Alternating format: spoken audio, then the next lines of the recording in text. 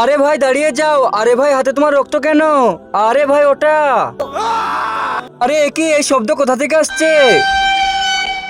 আরে কি এই শব্দ তো কবর থেকে আসছে।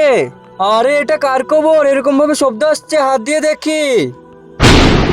এই রক্ত। আরে ভাই কি বলছিস কি? আমাকে একটু দেখা, ওটা কার কবর দেখি। ঠিক আছে ভাই চলো।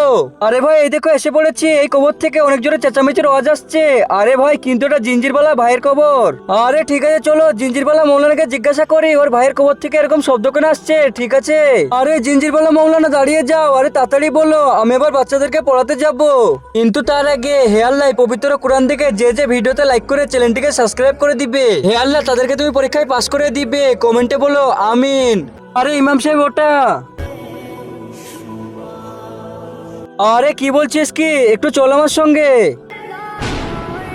আরে এটা তোমার ভাইয়ের কবর। ও দুনিয়ায় থেকে খারাপ খারাপ জিনিস খেয়ে ওর বউকে অনেক মারতো আর ওর উপরে অনেক বেশি জুলুম করতো। ও তো ওর বিবির উপর জুলুম করেছিল, এই কারণে আল্লাহ ওর উপরে এখন জুলুম করছে।